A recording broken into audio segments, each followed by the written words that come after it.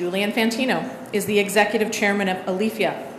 Julian's distinguished career in law enforcement and government as the Toronto, York, and London police chiefs and Ontario's Commissioner of Emergency Management culminated in his appointment to the Ontario Provincial Police Commissioner. He was then elected to Parliament, becoming the Minister of Veteran Affairs, National Defence and International Cooperation. He's a leading expert on drug enforcement and federal regulatory policy. Julian advocates for the well-being of first responders, police, fire, and military personnel with post-traumatic stress disorders. Julian, has the government paid enough attention to medical cannabis? And having said that, should we or have we been looking at other countries around the world with respect to medical cannabis?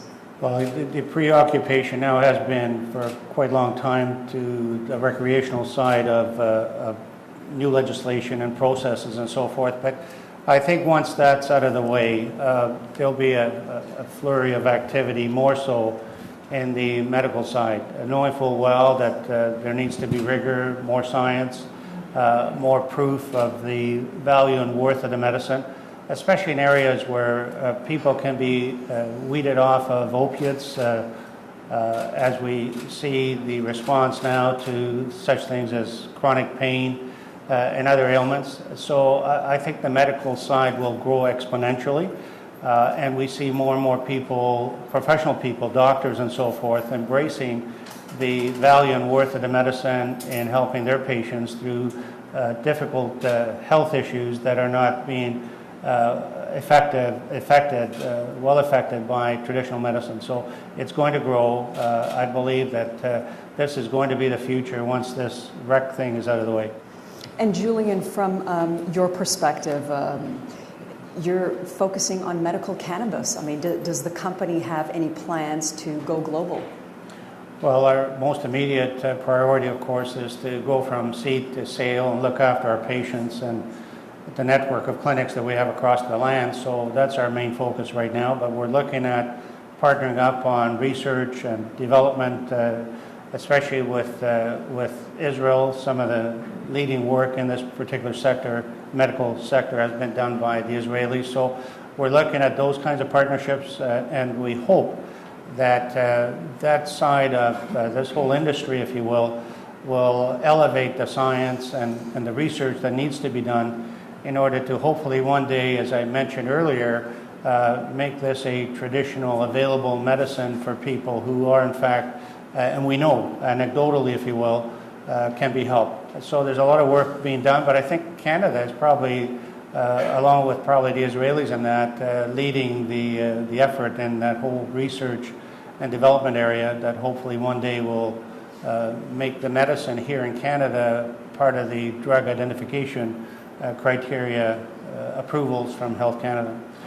I'd like to bring things down to a practical level where, for instance, looking at a study that we're doing at Alifia right now with 1,000 patients who are basically prescribed opiates as we speak, Oxycontin, Percocet, fentanyl, whatever, for their issues, and weaning them off of that onto medical cannabis. And albeit anecdotal, the results are very, very, very encouraging. So if you look at the tragedy of 4,000 people having died here in Canada last year from opiates overdose, for instance, and how overly prescribed that particular medicine is, and how counter that with how medical cannabis can be such a relief, such a big help in that particular area. So I think the medical side, as I said earlier, is going to be growing exponentially, and people are not out of tune with that particular issue.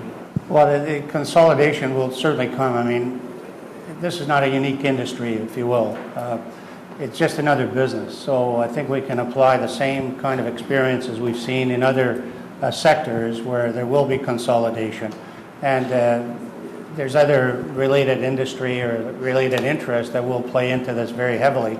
Whether you look at the big pharma, whether you look at all of the sundry and involved support systems that are obviously focusing on the cannabis space, all of this will drive people to consolidate, to become more aggressive in their opportunity, if you will, to access some of that growth in this particular area of business. So it's inevitable. It's a business kind of scenario that will, in fact, lend itself to acquisitions, and we've seen it already, and it'll continue. I think the trick for some people, certainly it is for how we see it at Alifia, is to carve out our own niche from seed to sale to patient and looking after our patients. That's our primary focus, and I think for us, we don't want to compete with the big growers or the big players in all of this. We want to carve out our own niche, and we want to be patient-focused, look after our patients, and that will mean a whole lot of things that we will do and continue to do in a good way to, in the end, be successful. Hi, fellow Everett. I was just curious, we spoke a little bit, and I'm going to rebut that comment as well, for any of you that are old enough to remember the Avro Arrow, fastest supersonic fighter jet in the world. That was a Canadian invention that the Americans made us cut up, and I'm not going to forget that. And that's not going to happen this time, I'm sure of that. Anyways, it was more on education, so we see New Brunswick taking, I think, quite a big lead there in education. Maybe some comments from the group on what they're doing to really push education on a similar topic. I think that is one area where we can excel definitely from our neighbors in the U.S. And what do you guys have as recommendations, both maybe internally and also perhaps for the institutions that are out there?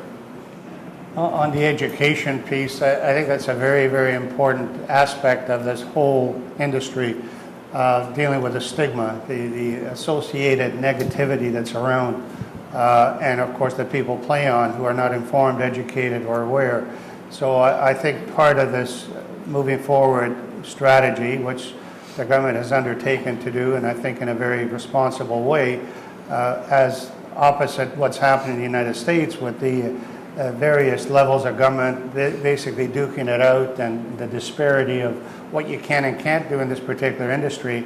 We're quantum leap ahead, but education can't be forgotten in all of this, because the thing that is, I think, one of the major challenges yet to be overcome is not so much the legalization, but also the stigma associated with this particular item. And I'm speaking about that mainly from the point of view of how that detracts from the benefits that are accrued from the medical side of the plant. That's a question for the doctor. Yes, go ahead.